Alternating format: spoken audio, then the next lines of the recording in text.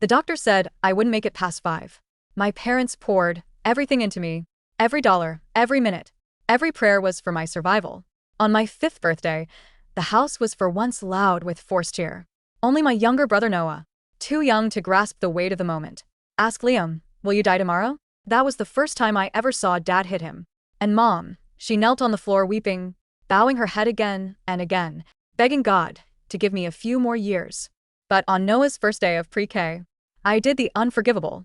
I whispered that my chest hurt and asked for a pain pill. Mom snapped, her control shattered, and she started screaming. She slapped me so hard my head whipped back. "How could you be so sickeningly selfish? Are you trying to kill your brother by stealing his one good day? We revolve around you, Liam. Can't we have just one moment to take? Come to school. If you want to die, Justi. stop torturing us." She threw the pill bottle at me, a cascade of plastic and white tablets, grabbed Noah's hand and slammed the door behind them. I didn't say a word. I just watched the small cut on my forearm, where a shard of the bottle had nicked me, slowly begin to seep blood. My body was already going cold. The pill bottle fragment had caught my forearm when I threw my hand. Up I stared at the cut for 2 seconds, a doctor's warning echoing in my head. "Kid, you absolutely cannot get a cut. The bleeding won't stop." I scrambled for the band-aids. They were soaked through in under a minute. I turned to find a proper gauze bandage, but the blood was already dripping onto the clean tile floor. Mom, Carrie, she hated messes. I couldn't add this to her burden. I panicked, tearing at my sleeve to wipe the floor. But the blood seemed to explode the moment it hit the tile, smearing and spreading with every frantic wipe. I grabbed the nearest hand towel and wrapped it tightly around the wound. The cold started then. Not just the chill of the bathroom, but a deep systemic cold that traveled from my fingertips to my bones. I stumbled into the bathroom and ran, the tub full of the hottest water I could stand. Sliding in the heat brought momentary reprieve. The blood was still flowing, staining the clear water a dark rose color. I suddenly needed them. I fumbled with my old cell phone and called Dad's number. It rang and rang. No answer. I called Mom. The background noise was deafening music, the high-pitched shriek of children cheering. It was a party a world away from my slowly reddening bathwater. "What is it, Liam? Make it fast." I was about to go on stage for the talent show. "Mom, I don't feel well." Her impatient voice cut through the noise. Sharp and impatient. "Not well again. Do you only feel unwell when the attention isn't on you? Liam, you're 8 years old. You're a big boy. Can't you, for once, be considerate?" The dial tone buzzed loud and empty. In the vast quiet of the bathroom, I watched the water deep into crimson. She was right. I was nothing but a complication. My illness was a complication. My unhappiness was a complication. And now my bleeding was a complication. Mom's favorite knit cardigan lay draped over the edge of the tub. I carefully pulled it over my face. It smelled faintly of her, that comforting, familiar scent of gardenia and laundry soap. It brought me back to when I was little and feverish. And she would watch over me just like this. The water was growing cold. The flow of blood seemed to be slowing, too. Maybe it was almost done. As my head started to spin, I wondered if once all the bad blood was gone, I would be better. Then Mom and Dad wouldn't have to worry about their sickly son. Noah wouldn't have to conceive to his older brother all the time. And I wouldn't have to be so painfully careful, so constantly good, biting down on the pain every midnight just to avoid making a sound. I curled up in the tub, feeling as safe, and I'm as if I were back in my mother's womb. The next time I opened my eyes, I only saw a tiny, pale version of myself floating in the bathtub. So I was already dead. The front door opened. I heard Noah's voice and full of energy. "Liam, I'm home." I rushed out. Mom and Dad, Carrie and Dan walked in holding Noah's hands. Dad carried a store-bought strawberry cake. Dan paused looking at the mess I'd left in the living room. "What is all this?" Carrie frowned. He was having a tantrum at lunchtime. He was mad I was taking Noah to school. So he lied and said he was sick. Dad's expression darkened. "He's getting impossible." I tried to explain, waving my spectral hands frantically in front of them. "No, it wasn't intentional. Liam wasn't trying to make you mad." My hand passed right through Dan's shoulder. They felt nothing. Noah broke free and ran to my bedroom door. He tapped lightly. "Liam, Come out and have some cake." violence." Noah looked up. "Is he asleep?" I wrapped my arms around him in a hug he couldn't feel. "Thank you, Noah." Mom's voice was hard. "He's not asleep. He's pouting." Don't worry about him. "We're eating first." Dad put the cake on the dining table. Noah watched with wide, expectant eyes. He whispered, but I wanted to wait for Liam. Dad tore open the box and exchanged a look with Mom. If Liam had even half your common sense, Noah, we'd have a much easier life. The candles were placed and lit. Noah was lifted onto a chair. Under the warm gaze of his parents, he blew out 5 flickering flames. It was his 5th birthday, too. Mom asked gently, "Did you make a wish, sweetie?" Noah's eyes sparkled. "Yes. I wished that Liam." Dad smiled and ruffled his hair. "Wishes don't come true if you say them out loud, buddy." I watched from the side. Every year my birthday had been steeped in the smell of medicine. Candles felt like a countdown. But Noah's birthday finally felt like a birthday should. When it was time to cut the cake, Noah insisted on the biggest slice. "This one is for Liam." He carried the plate to my door and knocked again. "Liam, come share my strawberry cake." No response. The smile slid slowly from Noah's face. He walked back to the table. "Liam won't talk to me." Dad suddenly reached out, snatching the plate from Noah's hands. He threw the perfect slice of strawberry cake, Noah's gift, into the trash can. He slammed his hand on the table, his temper blazing. "Fine. If he won't eat it, no one calls him again. He can starve until he learns how to behave." Noah flinched, his eyes instantly turning red. Mom pulled him into her embrace and shot a sharp look at Dad. "Don't yell at the kids," she cooed to Noah. "It's okay, sweetie. We'll eat first. When Liam knows he's done something wrong, he'll come out." I knelt by the trash can, gazing at the discarded slice. The strawberries on the cream were so fresh. Now it lay there, mingled with crumpled napkins and coffee grounds. What a waste. Strawberry was my favorite. Noah ate his small slice, slowly glancing toward my closed door every few seconds. Mom and Dad ate in silence. There should have been 4 places at the table. Now 1 seat was empty. I floated over and sat in my spot, whispering a soundless happy birthday to my little brother. That evening, Mom was bathing Noah. I hovered by the shower curtain, my heart clenching, terrified she would pull it back and see me in the cloud of steam. Mom rubbed bubbles onto Noah's skin. He looked up, his wet hair stuck to his forehead. "Mom, why hasn't Liam come out yet?" Mom's hands paused. "He's probably just tired, sweetie." Noah murmured, "But I miss him. I haven't seen him all day." Mom turned off the water and wrapped him completely in a large towel, pulling him into a hug. Noah. "Do you ever get mad at Mom and Dad?" "Mad about what?" Mom held him tighter. Because we're always focused on Liam. Because we always give him the best things. Because sometimes we forget to give you enough time." Noah wrapped his small, wet arms around her neck. "No, why would I? Liam is sick. My teacher said that people who are sick need the most help. I want to help you. And Dad, take care of him." Mom's shoulders began to tremble slightly. She buried her face in his towel, silent for a long moment. "You're such a good boy, Noah." She sniffled. Liam is very sad too." I plastered myself against the cool tile floor, listening as Mom continued. "Your brother was born with a bad heart. Doctors said he might not grow up." Her voice was thick with tears. "So your dad and I were always terrified. He was in pain, terrified he wouldn't make it. We wanted to give him every good thing we could." Her voice dropped to a barely audible whisper. "But sometimes I get so tired. Sometimes I wish he was healthy. Sometimes I wish I could spend more time with you." Noah listened, not fully understanding, but patting her back with his tiny hand, was curled up in the corner. Tears, transparent and meaningless, falling to the ground. "I'm sorry, Mom. "It was my fault," I sobbed. "If I had never been born, if you only had Noah, everything would be so much better." They heard nothing. After the bath, Mom tucked Noah into bed. Then she walked to my bedroom door and stood there for a long time. Finally, she raised her hand and knocked gently. "Liam, are you sleeping?" I floated in front of her, trying to reach out, but my fingertips passed through the air. "Mom shouldn't have yelled at you today. I was wrong. It was Noah's first day of school, and I was so nervous. I wasn't trying to be mean." She waited, listening for a response. I couldn't give her one. "Never again." Mom sighed. I left a slice of cake on the dining room table. "It's your favorite strawberry. Please eat it." She stood there for a few more seconds, before walking back to the master bedroom. The door closed. I went to the living room and saw the cake on the dining table. It was small on a simple plate. The strawberry tilted slightly. Late at night, I looked at the little me in the bathtub. The water was completely cold. My face was white as paper. Mom never opened the curtain. She didn't know that the cake she left was a gift I could never eat. The apology she offered was one I could never hear. I followed Mom into the master bedroom. Dad looked up when she entered. "Did Liam come out?" Mom sat on the bed folding clothes. She shook her head. "No movement. He's older now. He has his pride, Dad." I took off his glasses and rubbed the bridge of his nose. "Liam is miserable, Carrie. He's never been to school. He barely has any friends. Seeing his brother go off to pre-K, it's natural he'd be jealous. Maybe we should hire him a private tutor.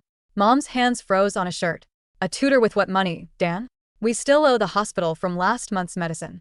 Dad sighed and rolled onto his side. I'll start driving for DoorDash after work. A few extra hours a night we can save up.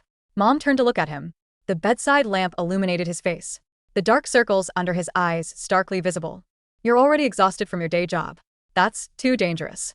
Dad waved a dismissive. And I'm fine. I'm strong. Just my shoulder is a little tight lately. Can you put a patch on it? Dad turned his back. Mom lifted his pajama collar. The skin on his shoulder was red and swollen. I stood by the bed watching the inflamed skin, and my ghost tears fell onto the duvet. I used to complain that he came home too late, that he didn't play with me enough. Never realized that every late night, every hour he spent away was a direct act of love for me. I flew into his arms, my own invisible, desperate hug. I'm so sorry, Dad.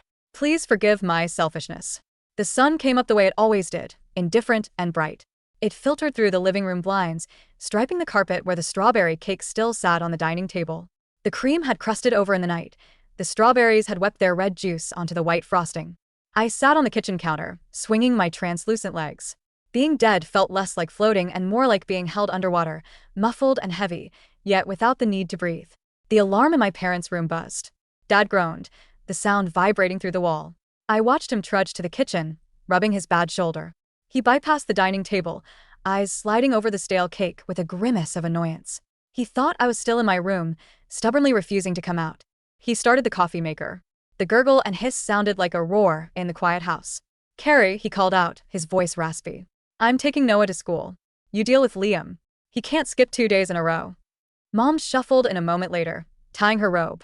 She looked older this morning. The lines around her mouth were etched deep. I'll talk to him, she said, leaning against the counter. He's probably starving. He didn't eat dinner. He's spoiled, Carrie. We've coddled him into thinking the world stops when he has a headache. Dad poured his coffee into a travel mug. I have to go. Love you. He kissed her forehead, unaware that the worst moment of his life was less than 20 minutes away. I tried to scream. Don't go, Dad. Don't leave her alone to find me. But my voice was just a draft of cold air that made the calendar on the fridge flutter. Dad woke Noah up. My little brother was groggy, clutching a stuffed dinosaur. Is Liam up? Was the first thing he asked. No, Dad said, ushering him out the door. Liam is sleeping. Come on, big guy. The door clicked shut. The house was silent again. Mom sighed. She made a cup of tea. She drank it slowly, staring at the wall. She was building up the energy to deal with me, to deal with the problem child. Finally, she set the mug down. She walked down the hallway to my bedroom door. Liam? She knocked. Honey, open the door. I'm not mad anymore. Silence. She turned the knob. It was unlocked. She pushed it open. The bed was made. Not perfectly, but the way a child makes it, lumpy and askew. But it was empty. Liam? Her voice pitched up, just a fraction. She checked the closet. She checked under the bed. A flicker of annoyance crossed her face. If you're hiding in the garage, you're in big trouble, she muttered. She turned back to the hallway. She walked past the bathroom door. It was closed. I stood in front of it, waving my hands, trying to create a barrier, trying to stop her. Don't go in there, Mom. Please. She grabbed the handle. It was locked. Liam, open this door, she commanded. Right now. Nothing. Liam, I swear to God if you are playing games. She rattled the handle. I'm going to get the screwdriver. She went to the junk drawer in the kitchen. She came back. She popped the lock mechanism. It made a small click. The door swung open. The bathroom was freezing. The air conditioner vent was right above the tub. The first thing she saw was the blood on the floor. I had tried to clean it, but the smear on the tile had dried into a rusty, brown streak. Liam? Her voice wasn't annoyed anymore. It was thin, glassy. She stepped inside. She saw the hand towel on the floor, stiff with dried blood. She saw the Band-Aid wrappers scattered like confetti. She looked at the shower curtain. It was drawn closed. A dark shadow pressed against the liner. Mom didn't scream. Not yet. She walked forward like a puppet being pulled by strings. She reached out a trembling hand and gripped the plastic curtain. She pulled it back. I was there, curled in the fetal position. My skin was a color that human skin should never be, blue-gray, waxy. The water was still, tinted a dark, translucent pink. Her beige cardigan was draped over my head, half submerged, heavy with water. She stared. For 10 seconds, she just stared. She reached down and touched the water. It was ice cold. Then, she touched my shoulder. The scream didn't sound like my mother. It didn't sound human. It sounded like metal tearing.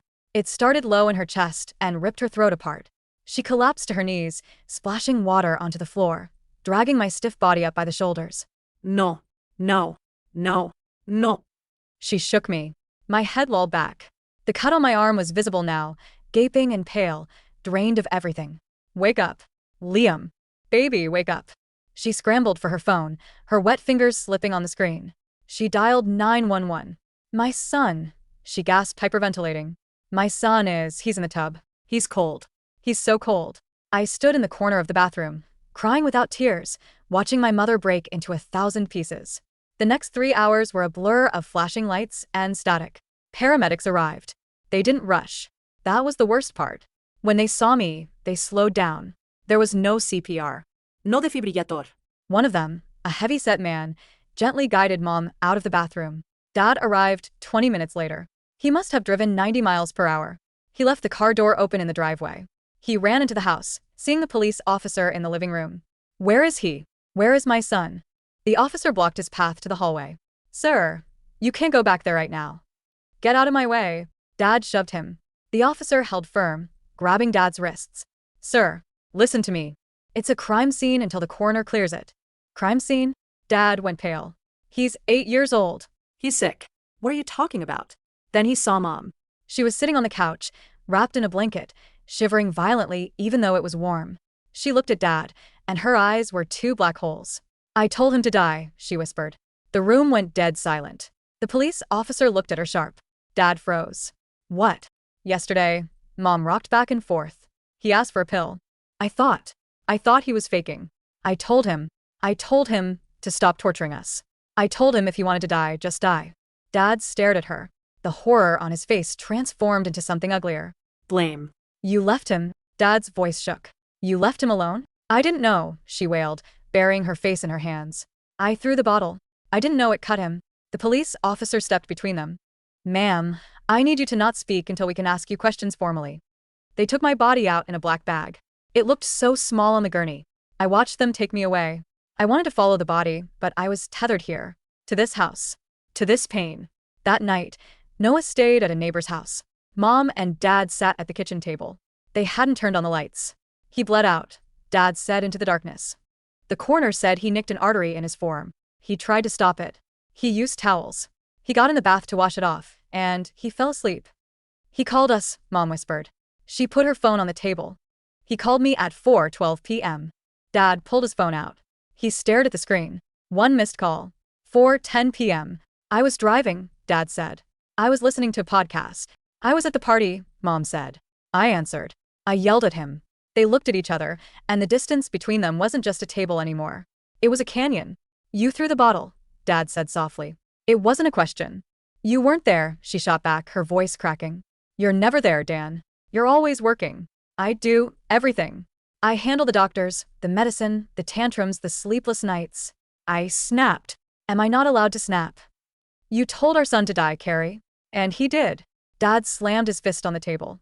The strawberry cake, still sitting nearby, jumped. And where were you? She screamed, standing up. You came home and threw his cake in the trash. You told him to starve. You confirmed it for him. Dan. We both did it. We killed him. They stood there, panting, hatred radiating off them like heat waves. I stood between them. Stop, I whispered. Please stop. It was an accident. My heart was weak anyway. The cold water slowed it down. I didn't suffer. Please. But they couldn't hear me. Dad stood up. I'm sleeping on the couch. Good. Mom spat. The funeral was small. It rained, because of course it did. Noah was the only one who didn't cry. He held Dad's hand, looking around at the black umbrellas. Is Liam in the box? He asked loudly. Sure, Dad said, his eyes hidden behind dark glasses. But is he coming back after the nap? No, Noah. He's with the angels now. Oh. Noah kicked a wet stone. Did he eat the cake? Mom let out a choked sob and had to be supported by her sister. The weeks that followed were a slow suffocation. The house became a museum of regret. Mom left my room exactly as it was. She wouldn't wash the bedsheets. She would go in there and sit on the floor, smelling my pillow. Dad worked. He stopped doing DoorDash, but he stayed at the office until 9 p.m. every night. He couldn't look at Mom. Every time he looked at her, he saw the pill bottle flying through the air. Every time she looked at him, she saw the cake hitting the trash can. But the real victim was Noah. Noah was 5. He didn't understand why the house was so quiet. He didn't understand why Mommy cried when she saw strawberries at the grocery store. One Tuesday, about a month after I died, I was watching Noah play in the living room. He was building a tower of blocks. "Liam," he said to the empty air. "Hold this." He held out a blue block. I reached out. I concentrated with everything I had. "Move it. Just move it." My spectral fingers brushed the plastic. I pushed. I shoved my energy into the physical world. The block tumbled from the top of the tower. Noah's eyes went wide. He smiled. "Thanks, Liam." My heart, or what was left of it, soared. He knew. "Mom," Noah yelled. Mom. Liam knocked over the block. Mom came rushing in from the kitchen, a dish towel in her hand. Her face was pale. "Noah, stop it." He did. "He's right here." Noah pointed at me. Mom dropped to her knees and grabbed Noah by the shoulders. She shook him hard. "Liam is dead, Noah. He is gone. Stop saying his name. You are torturing me." Noah's lip trembled. He burst into tears. "I hate you." Noah screamed. "I want Liam." Mom pulled back, realizing what she'd done. She tried to hug him, but he pushed her away and ran to his room, slamming the door. Mom sat on the floor and wept.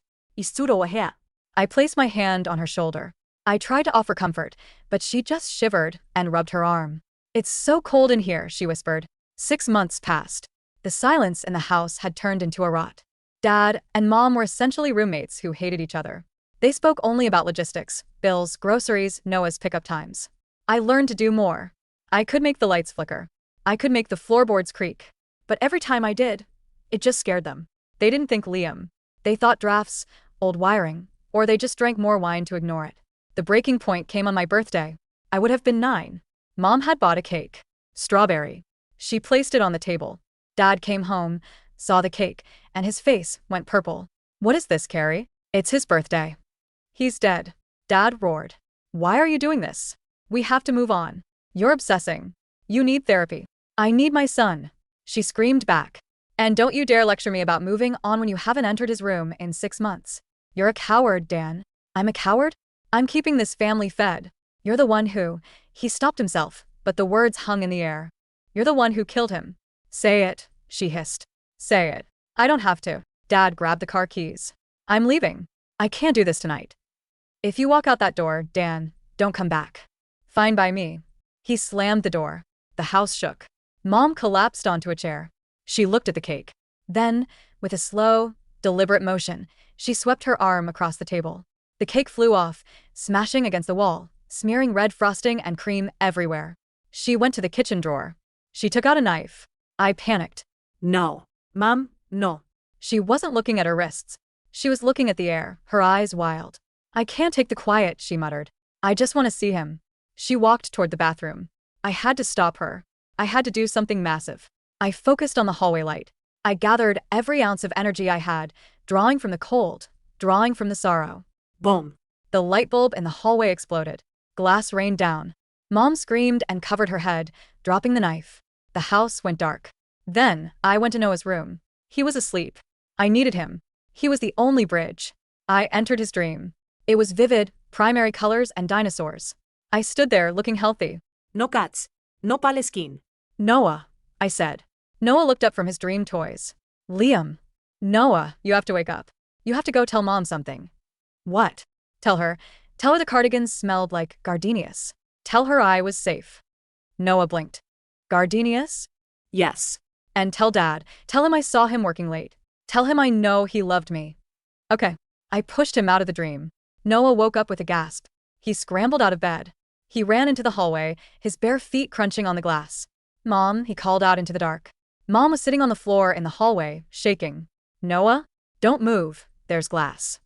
"Mom, Liam was here." Mom sobbed. "Noah, please." "No." He told me. Noah navigated the glass carefully. He reached his mother and wrapped his arms around her neck. He said he was safe. He said he liked your cardigan. He said it smelled like gardenias. Mom froze. Her breath hitched in her throat.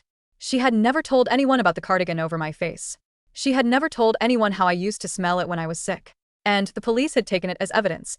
Noah had never seen it in the bathroom. What? She whispered.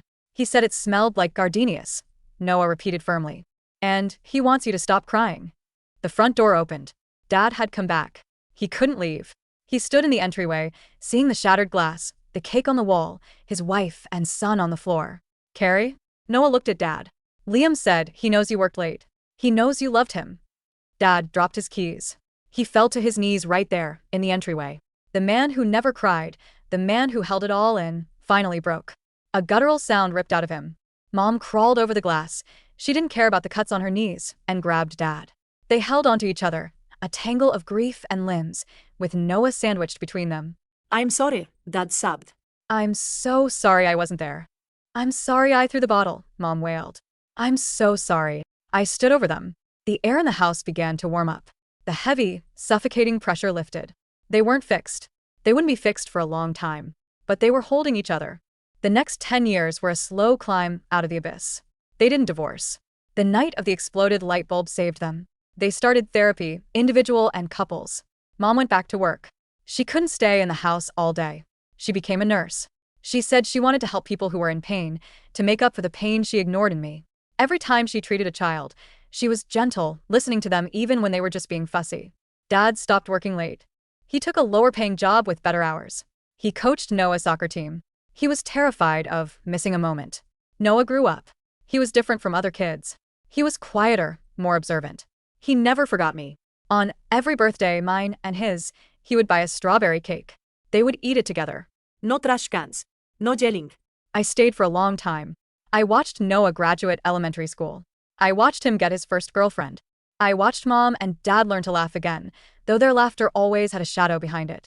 But as they healed, I started to fade. The tether that held me to the house was made of their grief. As their grief transformed into memory, the tether loosened. The final scene. It was Noah's 18th birthday. The house was full of people. Friends, family. Mom and Dad were older, their hair gray. They looked happy. Genuine happiness. Noah stood to make a speech. He held up a glass. To my parents, he said, for getting us here. He paused, looking at the empty spot at the head of the table. And to my brother, Liam. I know you're around, buddy. Everyone raised their glasses. To Liam. I was in the corner. I was barely a miss now. I felt light. The cold was gone. Mom looked right at my corner. She smiled.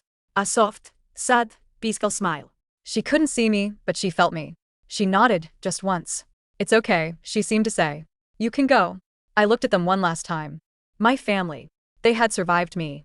They had survived the worst thing imaginable, and they had come out the other side with love. I closed my eyes. I thought of the smell of gardenias. I thought of the taste of strawberries. And then I let go. The house was just a house. The family was just a family. And Liam was finally, truly free.